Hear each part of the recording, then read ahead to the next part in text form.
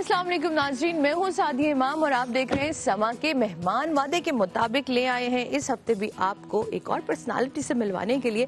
आप सोच रहे होंगे यहाँ कहाँ सादिया आज हमें ले आई, कौन सी ऐसी पर्सनालिटी है जिससे मिलवाने वाली है। तो जनाब आज मैं मिलवाने वाली हूँ हमारे बहुत ही ग्रेट डायरेक्टर, मेरे favourite, such a great writer, जिन्होंने आर्टिस्ट को स्टार बनाया है और उनके बहुत सारे स्टार्स ने एक पीक टाइम देखा है, अपने आप को मनवाया है।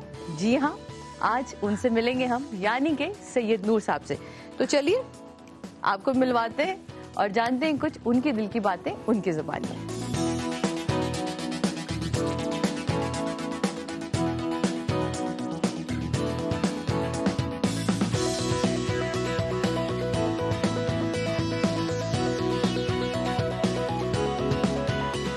सर कैसे हैं आप? बेहतरीन, अल्लाह का शुक्र। इतना अरसा काम सलमान साहब से आपकी शुरुआत हुई, ग्रेट सलमान साहब, उनको असिस्ट किया, उसके बाद फिर जावेद फाजिल साहब, एक इतना बड़ा नाम माशाल्लाह से। हम दोनों इकट्ठे असिस्टेंट थे सलमान साहब के पास।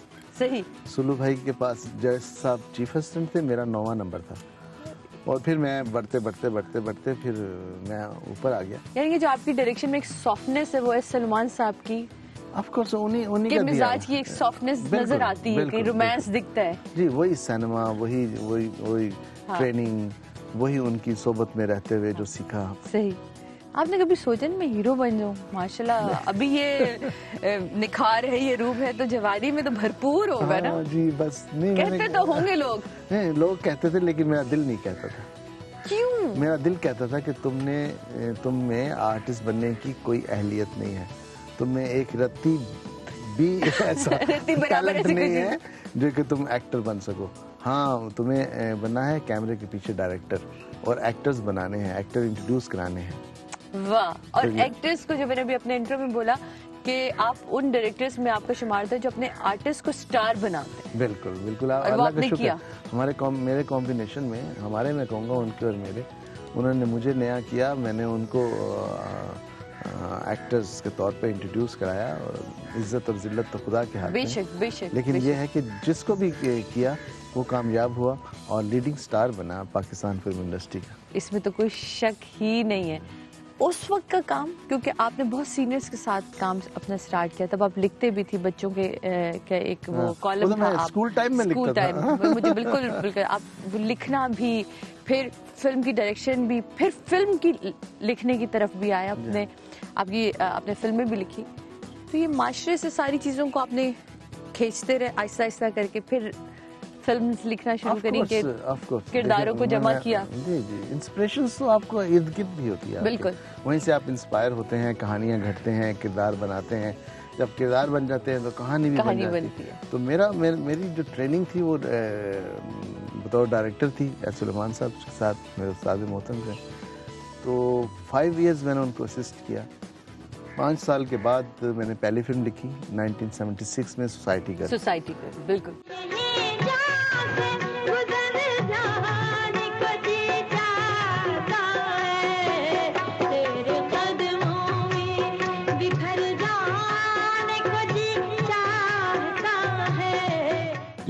ब्लॉकबस्टर बहुत कामयाब हुई और मैं राइटर बन गया। और फिर उस वक्त के जितने भी बड़े डायरेक्टर सबके साथ में एज राइटर काम किया। कोई 200 के करीब फिल्म्स लिखी मैंने। तो उसके बाद फिर 93 में मैंने वो जो मेरी ट्रेनिंग थी, जिसके लिए मैं बेचैन था कि मुझे डायरेक्शन करनी है, हाँ। फिर 93 में मैंने पहली फिल्म कसम, फिर जीवा, फिर सरगम, फिर घूंघट, फिर तो और फिर अल्लाह का शुक्र है कि जो बनाई इज्जत मिली और लोगों ने उसे अप्रिशिएट किया। और आपने फिर जोड़ियां भी बड़ी बनाई, सरगम बनाई तो मैंने अपनी जोड़ी भी बना अपनी जोड़ी भी जोड़ियां भी बड़ी बनाई फिर। लेकिन आप अपनी जोड़ी को अनाउंस बड़ा लेट किया, वाई? बस कुछ रीजंस होते हैं, कुछ मसाइल होते हैं जिसको इंसान। साहिबा जी क्यों नहीं आती स्क्रीन पे इंटरव्यू देने से, क्यों वो? देखिए ये तो वही बताएंगे, लेकिन मैं इतना जानता हूँ कि वो बहुत अपने आप को रिजर्व रखती हैं। और आप ये देखें ना, कभी फोटोशूट कभी नहीं हमने ना, कभी टीवी पे ना कुछ। तो वो अगर जितनी भी अल्लाह ताला ने उनको इज्जत दी है, वो ड्यू टू हर परफॉर्मेंस जो उसकी है। आपको लगता है इस वक्त जो लड़कियां फिल्में कर रही हैं, स्टार बनने के लिए क्या उनको अपने आप को रिजर्व रखना जरूरी है? बहुत जरूरी है। मैं कहता हूँ ये जो कुछ लोग, कुछ खवातीन, कुछ एक्ट्रेसेस तो हमारी ऐसी हैं जिनका फिल्म में बहुत ज्यादा है, फिल्म में कोई कंट्रीब्यूशन नहीं है। हाँ। फिल्म एज फिल्म स्टार उनका कोई कंट्रीब्यूशन नहीं है, but they are film star और अपने आप वो फिल्म स्टार कहती हैं और अपने आप को वो जिस तरह फोटो शूट कराती हैं, जिस तरह ये करती हैं, उनकी ज़िंदगी उसी तक है, वो लेबल तक है। हाँ। तो ना उन्होंने कभी स्ट्रगल की, ना उन्होंने कभी चाहा कि उनके बेहतरीन रोल किया जाए, परफॉर्मेंस दी जाए, कभी भी नहीं उन्होंने कोशिश की। तो आपको क्या लगता है जो इस वक्त की फिल्म दोबारा रिवाइवल हुआ है हमारी इंडस्ट्री का और टीवी से रिवाइवल हुआ है? ग्रेट। नहीं, टीवी से नहीं, फिल्म से ही हुआ है।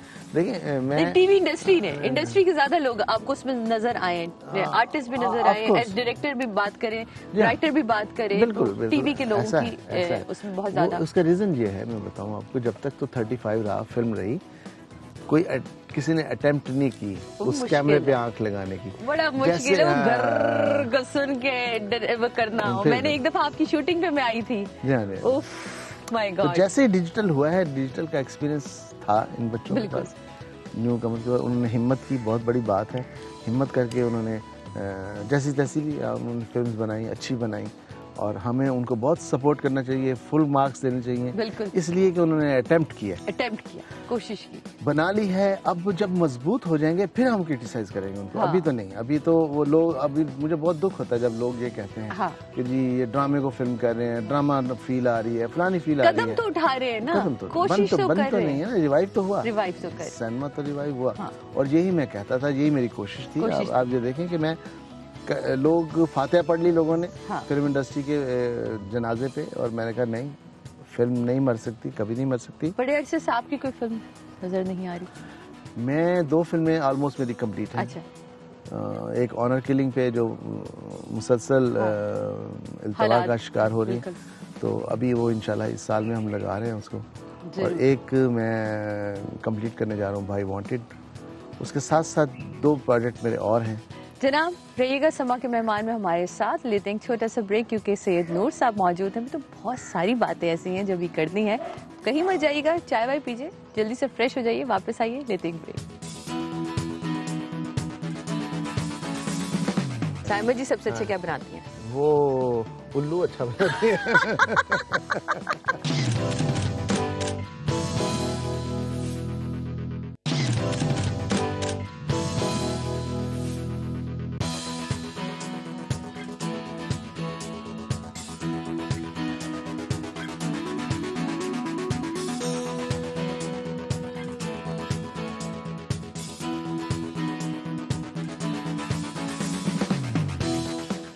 वेलकम बैक नाजरीन, वापस आ चुके हैं हम। और आप सोच रहे होंगे ये डार्क रूम क्या है? भाई ये डार्क रूम ये है कि यहाँ एडिटिंग होती है। एडिटिंग भी होती है और यहाँ डबिंग भी होती है। अच्छा ये बताएं, डबिंग में सबसे ज्यादा आपने सारे आर्टिस्ट में तंग किसने किया? मतलब मैच नहीं हो पा रहा, चीज नहीं हो पा रही। अच्छा, ये बड़ी खूबसूरत आपने बात की है कि मैच नहीं हो पा रहा। ये होता भी नहीं। इस सिस्टम में ये है कि अगर मैच नहीं भी हो रहा, आपके 8, 10, 4 आगे पीछे हो रहे हैं, फर्क आ रहा है, या 2 फ्रेम का फर्क आ रहा है, तो ये ऐसी मशीन है जो इसको सीन पर मैच कर रही है। अच्छा, ग्रेट।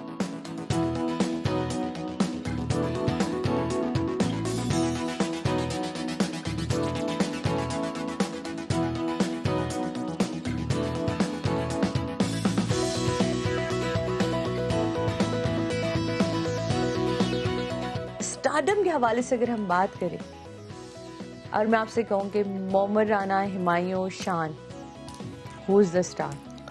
अपने अपनी जगह ये सब है। देखें, स्टार किरदार बनाता है किसी भी आर्टिस्ट को, और मोहम्मद राना को अगर अच्छा रोल मिलेगा तो वो स्टार बन जाएगा, अगर शान को मिलेगा तो शान बन जाएगा, हुमायूं को मिलेगा हुमायूं को मिल जाएगा। देखें, अगर मैं ये कहूँ कि दीवाने तेरे प्यार के, सही, मोहम्मद राना की जगह अगर शान होते तो मैं नहीं समझता कि वो फिल्म इतनी खूबसूरत होती। और अगर मजाजन में हाँ। शान की जगह मोहम्मद होते तो मैं नहीं समझता कि वो फिल्म इतनी खूबसूरत होती। ये अपनी अपनी क्योंकि मोहम्मद के चेहरे की वो जो सॉफ्टनेस थी वो आपके उस फिल्म की डिमांड भी थी जी। जो आपने जिस तरह आपने जीवा में यूज किया बाबर अली को, फिर आप रेशम को लेकर आए।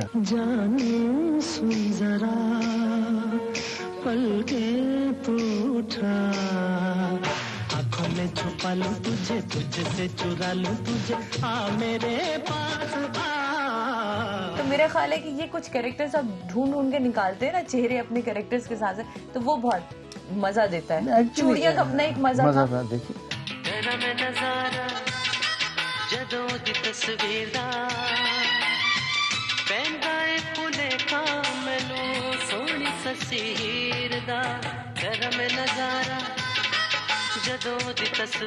डायरेक्टर का कितना हाथ देखते हैं किसी भी आर्टिस्ट को उस शेप में ढालने की, ताकि आज के डायरेक्टर्स भी सुने। आज के डायरेक्टर्स डेफिनेटली उनको अपनी अहमियत का एहसास होना चाहिए। दुनिया में कोई भी ऐसी फिल्म नहीं है, कोई भी ऐसा बड़ा स्टार नहीं है, चाहे वो मार्लन ब्रांडो है, दिलीप कुमार है, अमिताभ बच्चन है, वहीद मुराद है, नदीम है, मोहम्मद अली है, कोई भी है, जो भी इन विदाउट डायरेक्टर उन्होंने काम किया।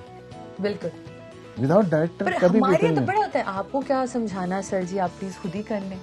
नहीं वो तो खैर ये है ना, ये एक मिजाज भी हमारे यहाँ पाया जा रहा है। ये होता है, लेकिन वो जो कह रहा होता है ना कि ये आपको क्या समझाना, एक्चुअली वो एक कॉन्फिडेंस दे रहा होता है उस एक्टर को। अच्छा हाँ, कि आप बेहतर करें। अच्छा, ये भी एक मिजाज मेरे लिए बेहतर करें। मैं तो इसको इस तरह पॉजिटिवली लेता हूँ। अच्छा सही। तो हर एक्टर का अपना एक मुकाम है, कोई ऊपर कोई नीचे नहीं है। जिसको अच्छा रोल मिल जाता है वो ऊपर चला जाता है, जिसको बुरा रोल मिलता है वो नीचे आ जाता है। ये बात तो है निराम। अच्छा, एक राज की बात मैंने आपको बतानी है। ये जो आप देख रहे थे ना, यहाँ अभी पीछे एक अदद गाय भी है, आपको मुझसे मिलवाएंगे। नहलाते धुलाते उसे साफ सुथरा भी रखते हैं सर। देसी मतलब घर के मक्खन दूध सब घर का यही मौजूद है, सारी चीजें। आर्टिस्ट तो यहाँ आके बड़ा खुश होता है। आजकल जिस किस्म का दूध आपको मिलता है, यू कांट इमेजिन कि उसमें क्या क्या बुरी चीजें डालते हैं जिसकी वजह से वो दूध जो है वो गाढ़ा और अच्छा हो जाता है। तो लिहाजा एक छोटी सी गाय आइए ना, जरा वहां तक भी चलते। आइए। अब एक वक्त था जब सारी हीरोइनें नूर साहब की फिल्मों के लिए तरसती थी, और इसलिए अब तक कि नूर साहब कोई फिल्म बनाए तो हमें पता है कि हमने स्टार बन जाना है। फिर एक वक्त आया आपसे, आपकी सारी हीरोइनें नाराज भी कहती है साइमा ही होती हैं, हम कहाँ होते हैं। है ना, ये वक्त भी आया। क्यों था? एक्चुअली मैंने अभी अंदर एक बात की थी आपसे कि जिस आर्टिस्ट को प्रॉपरली आप रोल में कास्ट करेंगे वही क्लिक करेगा, वही अच्छा लगेगा। और जितने भी आर्टिस्ट हैं जो बात करती हैं, वो आप देखें उन्होंने बाहर काम किया, सही, कुछ अच्छा नहीं किया, सही, मेरे साथ काम किया, हाँ, वो अच्छी लगी। हाँ। तो यही बात है, मेरे साइमा से जब मैंने काम किया तो साइमा को प्रॉपर रोल्स में मैं लेके आया। सही। और अगर मजाजन में किसी और आर्टिस्ट को आप सोचें तो आप गलत सोचेंगे। चूड़ियां में किसी और आर्टिस्ट को सोचें तो आप गलत सोचेंगे। डाकू रानी में अगर आप किसी और आर्टिस्ट को सोचें तो गलत सोचेंगे, कोई है ही नहीं।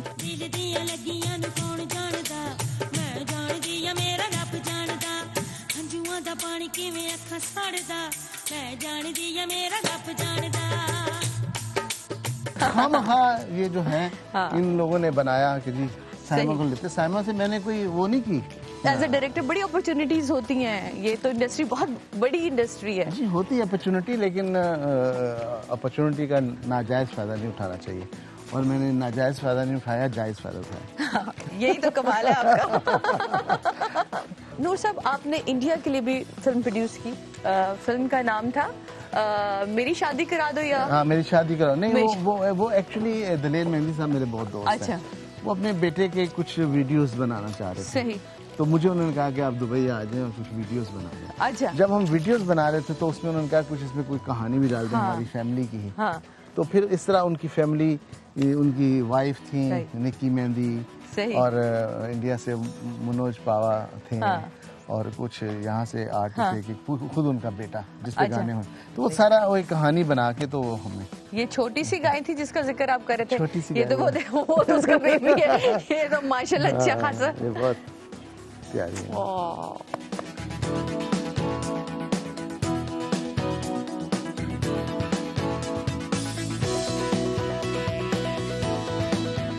खाने बड़े मजे मजे के आप बनाते हैं, कौन सा खाना अपने हाथ का सबसे बेस्ट लगता है? मुझे सारे अच्छे लगते हैं, खासतौर पे दाल चावल और हाँ।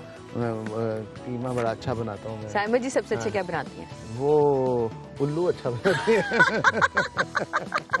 मुझे सिर्फ वही मैं कहने वाली थी, वो सिर्फ मुझे वो आप बन जाते हैं। ये मोहब्बत चीज ही ऐसी है। जी हाँ, प्यार की डेफिनेशन अगर कोई पूछे आपसे कि प्यार क्या है? जब आपको जिससे आप प्यार करते हैं उसकी बुराइयां भी अच्छाइयां लगे, वाह वाह, वो प्यार है। इंडस्ट्री में जब हम होते हैं, चाहे वो ड्रामा हो चाहे फिल्म हो, तो दिमाग भरने वाले और बोलने वाले बहुत होते हैं। मुझे लोगों ने कहा ये आप शान, आप ये देखें, शान के साथ साइमा का जो गाने होते हैं बहुत बोल्ड होते हैं और बहुत ये होता है वो होता है, आपको ख्याल नहीं आता क्या कर उसका प्रोफेशन है और मुझे पता है क्या है। अब मुझे क्या, मुझे बताएंगे। लोगों ने बहुत ऐसा तो ये बहुत लोग नैरो माइंडेड होते हैं, तंग नजर होते हैं, और आपको इनको दूर ही रखना चाहिए अपने से, उनकी बातों को, अपनी फैमिली लाइफ, अपने प्यार की जिंदगी, अपने जो मोहब्बत की जिंदगी है, दोस्ती है, उसमें नहीं आने देना चाहिए। रुखसाना नूर ने इस चीज को किस तरह दिया? ऑब्वियसली वो कोई भी वाइफ जो होती है वो शेयर नहीं करती अपना हस्बैंड किसी और के साथ, तो शुरू में बहुत उन्होंने रिएक्ट किया इसको, और करना भी चाहिए था, बच्चियों ने बहुत रिएक्ट किया, लेकिन मैं अपनी जगह राइज था।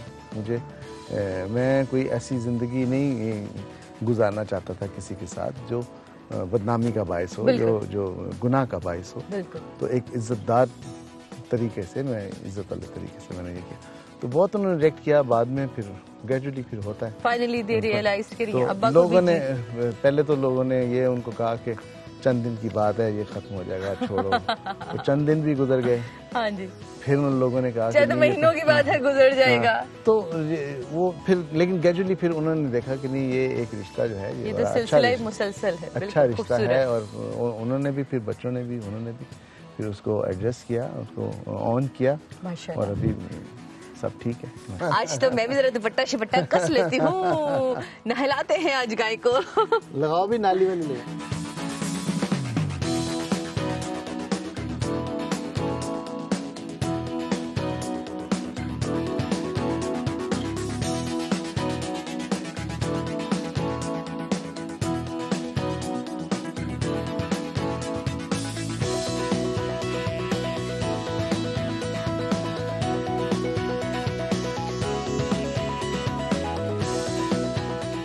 पापा, नाम बहुत खूबसूरत, ये किसने रखा? ये अल्लाह की तरफ से बन गया। मेरा जो एकेडमी का जो नाम है वो है Paragon academy of performing arts. बिल्कुल। तो उससे अगर उनको करें शॉर्ट फॉर्म में वो पापा। जबरदस्त। ये और पापा का बड़ा अच्छा लगता है कि बच्चे जब कहें कि हम पापा तो यहाँ कैसा आपको मिला?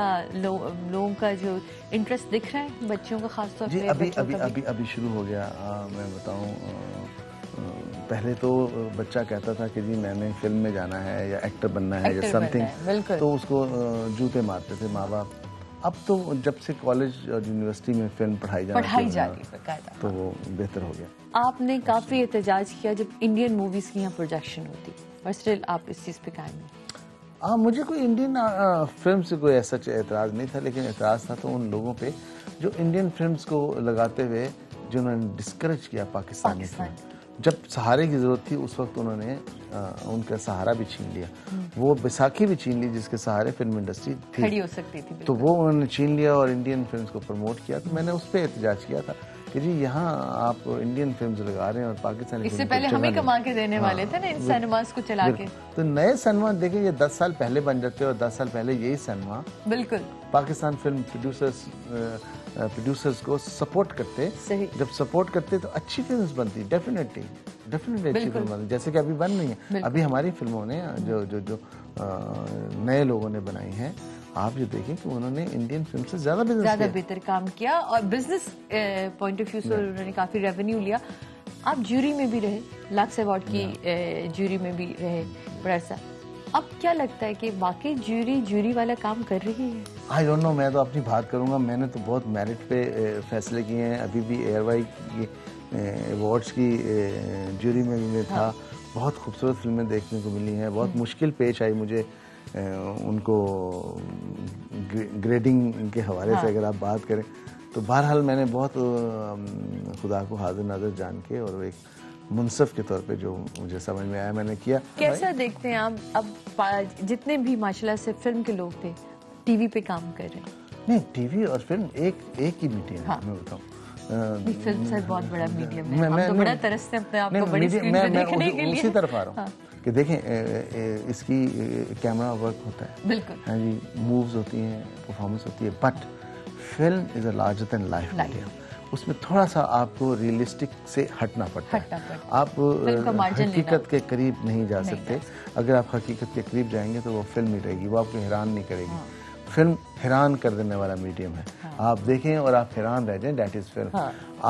टीवी आप देखें और आप आंसू बहाएं और अपनी जिंदगी के उसको करीब समझें तो वो टीवी है। बिल्कुल, तो ये दोनों में फ़र्क है। और आर्टिस्ट ने तो वही करना है जो स्क्रिप्ट ने कहना है या डायरेक्टर ने उसको गाइड करना है। अब नाज़रीन हम यहाँ से चलेंगे आपको लेके, ये मैं बताऊँ क्योंकि कहाँ लेके चलेंगे, ये सब चीज़ें कुछ सरप्राइज रखनी चाहिए, ऑन स्क्रीन पे देखना है ना, कुछ चीज़ें ऑन स्क्रीन देखनी चाहिए। तो कोई बात नहीं, ऐसा करते हैं, छोटा सा ब्रेक लेते हैं। तो ब्रेक लेते हैं, ब्रेक के बाद वापस आते हैं। मैंने 28 साल में कभी किसी आर्टिस्ट को डांटते नहीं देखा। प्यार करते थे। प्यार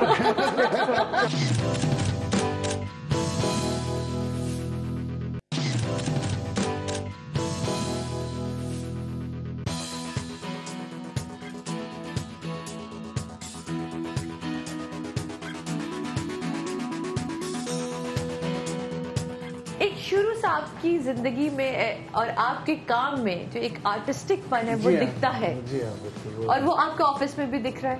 ये सब मैंने खुद किया है। मैं मतलब खुद ही ये डिजाइन किया, किसी आर्किटेक्ट ने नहीं किया। ग्रेट। और अब हमने वो एनिमेशन वाले उसमें जाना था। मैं एनिमेशन में एक फिल्म हम बना रहे हैं बच्चों के लिए। अच्छा। एनिमेटेड फिल्म, तो मैं आपको थोड़ा सा उसका दिखाता हूँ, उससे बात भी कराता हूँ आपकी। बिल्कुल। वो जो एनिमेटेड है,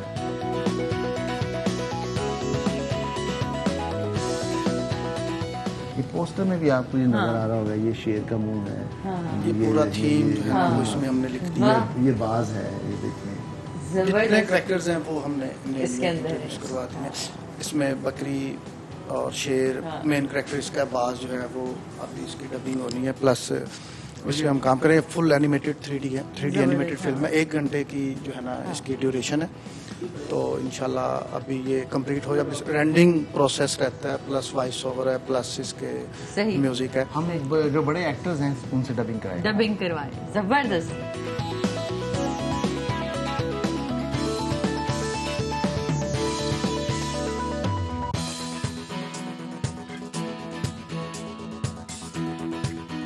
बच्चों के लिए तो ये खुशखबरी है जनाब, इंशाल्लाह। ये बड़े जाते थे ना कह के कोई नहीं हम फिल्म देखकर आ रहे थे, अब तो बच्चे कहेंगे अम्मा चले चले हमारी फिल्म भी लग गई है जल्दी से। जी जी, इन फ्यूचर इंशाल्लाह हमने सारी ग्रीन शीट पे ही फिल्में बनानी है। इधर स्टूडियो हमें कहीं लोकेशन नहीं देखनी पड़ी। और बहुत लेट वैसे ये एहसास हुआ, आपने देखा कि बच्चों के लिए हमारे यहाँ काम ही खत्म होता गया। इवन पीटीवी में एक होता था, एक दौर था जब काम होता था। लेकिन देखिए मैं इस बात पे बहुत नाला हूँ कि पीटीवी पे ऐनक वाला जिन दिखा रहे हैं। जी, आप बच्चों को एजुकेट ही नहीं किया।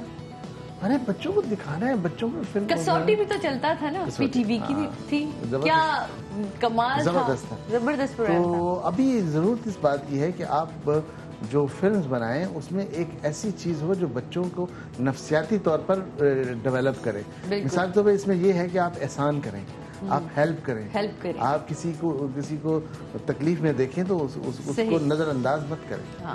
तो ऐसी चीजें आनी चाहिए। मैसेज है।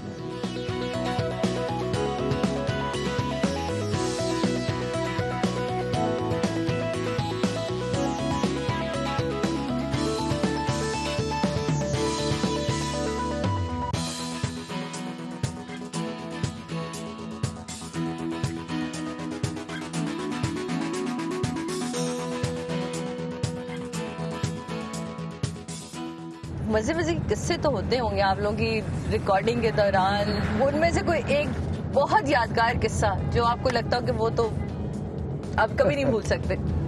नहीं, वो खैर किस्से तो बहुत है, लेकिन एक मुझे वो अक्सर शान भी बहुत इसको रिपीट करते हैं महफिलों में और बताते हैं। मैं शूटिंग कर रहा था डाकू रानी की। अच्छा। साइमा, मैं, शान, हम लोग करते एक्शन सीक्वेंस हो रहा था। तो ऑब्वियसली एक्टर थोड़ा सा घबराता है कि ब्लास्टिंग हो रही है, बम चल रहे हैं, गोलियां चल रही हैं, तो नुकसान ना हो। तो मुझे पता चला कि शान जो है वो थोड़ा सा हिचकिचा रहे हैं कि यहाँ बम लगा है, मैं इधर से नहीं आऊँगा, उधर से नहीं आऊँगा। तो मैं जहाँ बम लगा था मैं वहाँ जाके शान को कह रहा हूँ, शान कुछ नहीं होता। तो कह रहा नहीं शाजी होता है, आप मना करें, आप ज़रा थोड़ा सा केयरफुल रहें, और ये कोई पता नहीं किस वक्त क्या, मैं यार ये लगा हुआ है तो इतने वो चल गया बड़ा, और वो दूर खड़े हैं। और मैं जब धुएं में से बाहर निकला हूँ तो मेरी सूरत हाल थी, और वो सब हंस रहे थे। शान यार आप बताएं शाह साहब, तो अल्लाह का शुक्र है कि छोटा लगा हुआ था, अल्लाह ना कोई बड़ा बॉम्ब लगा होता तो क्या होता। तो ये हम अक्सर शान भी इसको बहुत रिपीट करते हैं, मैं भी। हमारे यहाँ एक दौर था जब गंडासा और सिर्फ गंडासा था, जो कि क्या हमारे यहाँ वाकई कल्चर में गंडासा इतना कोई प्रोमिनेंट चीज थी? ये लोगों ने ऐसे बना दिया इसको, बुरी मिसाल बना दी, जबकि ऐसा नहीं था। हाँ, एक्शन जरूर होता था, वो एक्शन करने वाले वही आर्टिस्ट थे, सुल्तान रईस साहब मोस्टली वही फिल्मों में काम करते थे। जी जी। तो लोगों ने कहा ये गंडासा टाइप की फिल्म है। फिर चांद साहब आए और उन्होंने भी उसी को आगे बढ़ाया, एक्सटेंड किया उस सिनेमा को, उस पंजाबी फिल्म को।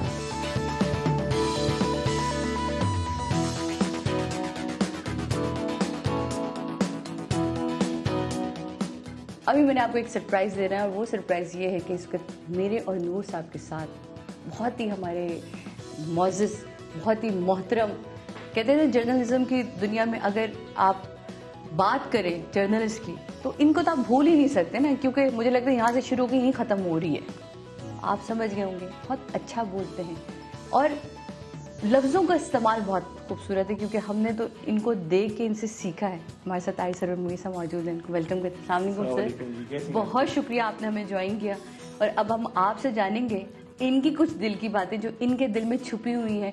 कुछ आप लोग इतना पुराना 28 साल पुराना आपका ताल्लुक है, तो वो ताल्लुक तो अब जरा खुल के सामने आएगा। बंदा आपने सही चुना, बंदा सही चुन लिया मैंने। ताहिर साहब, कुछ 87-88 में जब मैं जर्नलिस्ट बना तो जंग अखबार से वो मैंने करियर शुरू किया, तो उस वक्त शाह साहब जो है हर बड़े डायरेक्टर के साथ जो है वो काम कर रहे हैं। अच्छा, एक मैं क्रेडिट जो है वो लेना चाहूंगा आपके प्रोग्राम में, समा के मेहमान में, कि शाह साहब ने जब बहुत काम कर लिया, जब फिल्में लिख ली, फिल्में बना ली, कोई दर्जनों आर्टिस्ट जो है, दर्जनों सिंगर, प्लेबैक और कैरेक्टर एक्टर और सब किस्म के लोग जो है इन्होंने इंट्रोड्यूस करवाए, बड़ा स्कोर किया।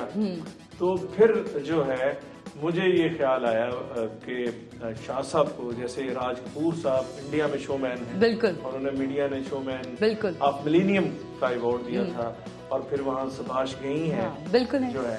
तो यहाँ जो है सारा मीडिया इकट्ठा किया, इनके असातिज़ा इकट्ठे किए, और शाह साहब को शोमैन ऑफ पाकिस्तान का जो है अवार्ड वो इनको दिया गया।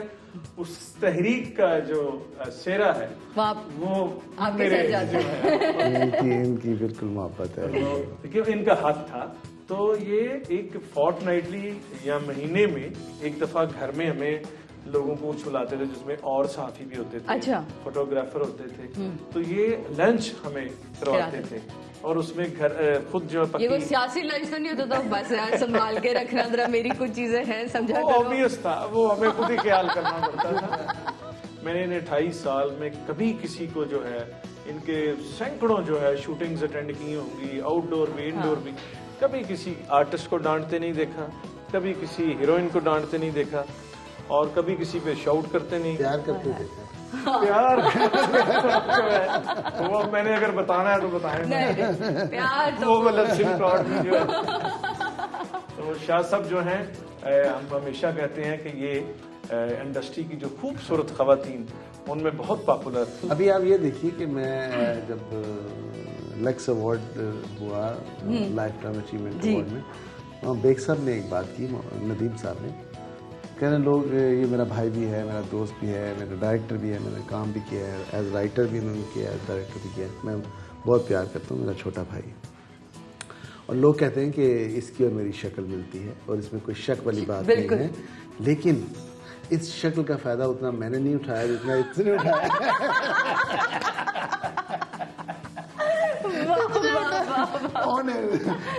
एक लाफ्टर नाम तो मुझे, मैं बहुत फॉर्चुनेट हूँ कि मुझे सब ने बहुत प्यार किया है, चाहे वो मेल है चाहे फीमेल है, सब ने बहुत।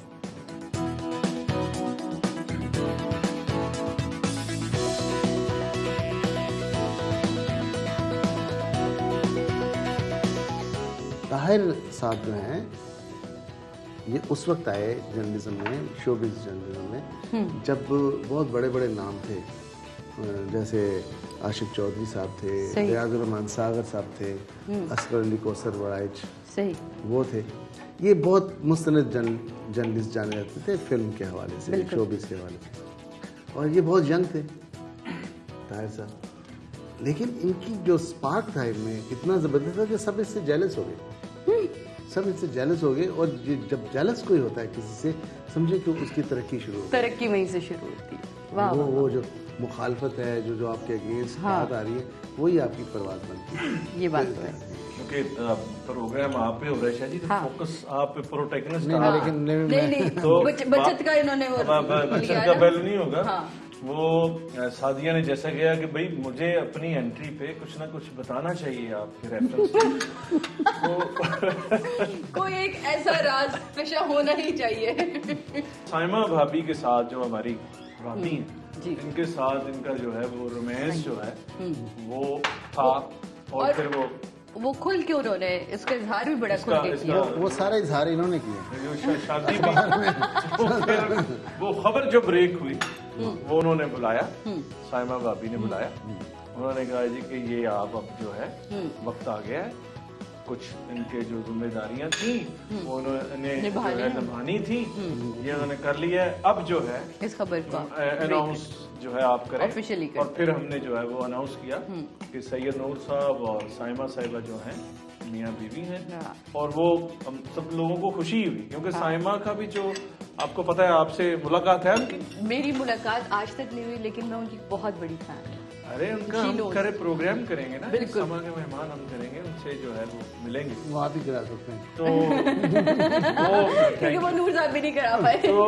तो ये है कि वो खुद जो है वो बहुत अच्छी एक पार्क है जी, वहाँ मैं और मेरी बेगम जो है वो करते हैं, वॉक करते हैं, भाभी वहाँ अकेले वॉक करती हैं, शादी कभी आए नहीं उस पार्क में। सही बात। मीडिया को किस नज़र से देखते हैं? एक ताल्लुक, एक रिश्ता जिसको माशाल्लाह से पॉजिटिव पॉइंट पे आके ख़त्म किया गया, उसके बारे में बातें भी बहुत ज़्यादा की गई, उसको तनकीद की निगाह से भी बहुत ज़्यादा देखा गया। क्या कहीं कोई शिकवा रहा कि इतना काम किया, इतना सब कुछ किया, तो ज़रा सी चीज़ पे ये लोग साइड पे रख देते हैं और फिर अपनी हेडलाइन न्यूज़ बनाते हैं? नहीं, मीडिया ने मुझे बहुत इज्जत दी है, बहुत अच्छा लिखा है जब भी लिखा है। एक्चुअली मैं इंस्पायर था एक वाक़े से। मैं बॉम्बे जब गया तो मेरी मुलाकात दिलीप साहब से हुई, तो दिलीप साहब से मैंने पूछा कि सर सारी दुनिया आपकी फ़ैन है, आप किसके फ़ैन हैं? तो कहने लगे मुझे मोतीलाल जी बहुत पसंद है और मैं मोतीलाल जी को बहुत एडमायर करता हूँ।